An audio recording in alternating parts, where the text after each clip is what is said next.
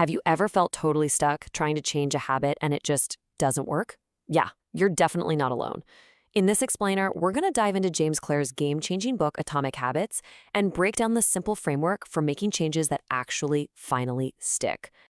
This quote right here, it's pretty much the heart of the entire book. But what does it actually mean? Well, it completely flips how we usually think about self-improvement. It suggests that if you're struggling, the problem isn't you. It's not about willpower. It's your system. We're always told that to really change your life, you need to make some huge, earth-shattering move. We're all looking for that one big moment. But Atomic Habits basically says that whole approach is, well, it's just not how it works. The real secret, the real power actually lies in these tiny, almost invisible changes. And that's what he calls atomic habits. Think about it. They're as small as an atom, but they have the power to build something truly incredible. Okay, so let's jump into the first and maybe the most mind-blowing idea from the book. It's all about the shocking impact of getting just 1% better every single day. 1% better. I mean, it sounds like nothing, right? It's so small you'd barely even notice it on any given day. But what happens when you stack that tiny improvement on top of itself day after day for a whole year? Well, the math is kind of staggering. You end up a whopping 37 times better than when you started. And the flip side is just as powerful, but a little scary. If you get 1% worse each day, you basically end up at 0. It just goes to show you what a massive difference those tiny choices can make over time. James Clear calls this the compound interest of self-improvement. And it's the perfect analogy. Just like money in a bank account, your habits multiply. Good habits, they make time your best friend. Bad habits, they make time your absolute enemy. It's really that simple. To really make this stick, the book uses this brilliant analogy. So picture a plane taking off from Los Angeles, and it's headed for New York City. Now imagine the pilot changes the course just 3.5 degrees to the south. It's such a small change, you wouldn't even feel it.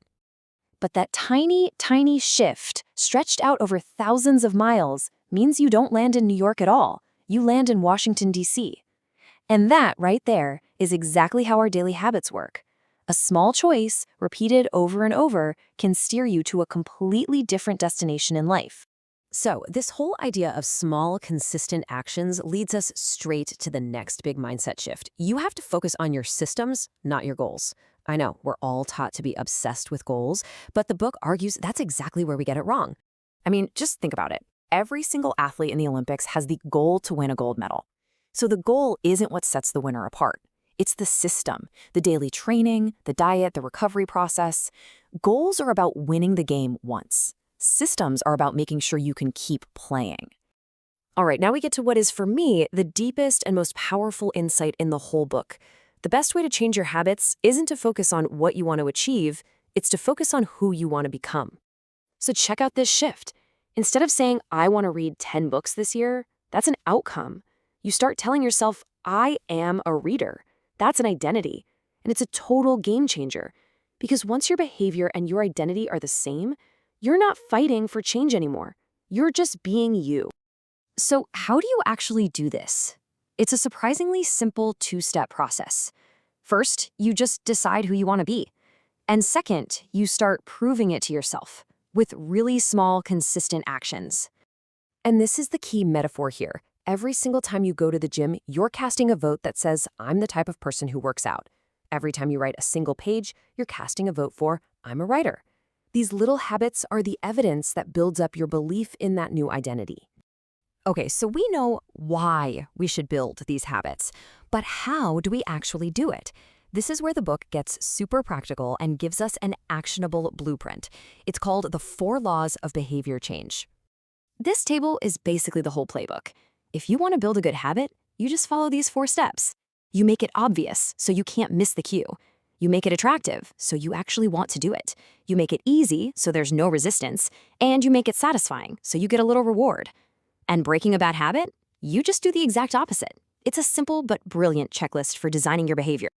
I know, this can all sound great, but you might be thinking, where on earth do I even start? Well, to get past that feeling of being overwhelmed, the book has this one simple rule that ties right into that 3rd law. Make it easy. It's called the 2-minute rule, and the whole idea is that any new habit you start should take less than 2 minutes. Now, the point isn't about getting amazing results in 2 minutes.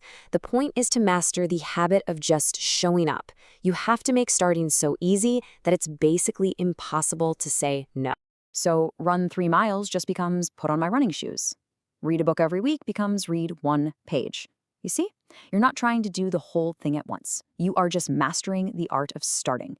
That's the action that casts the vote for your new identity. Everything else will follow from there.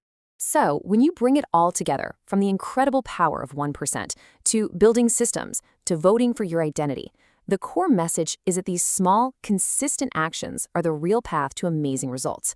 So the only real question is, what tiny 2-minute action will you take today to cast a vote for the person you want to become?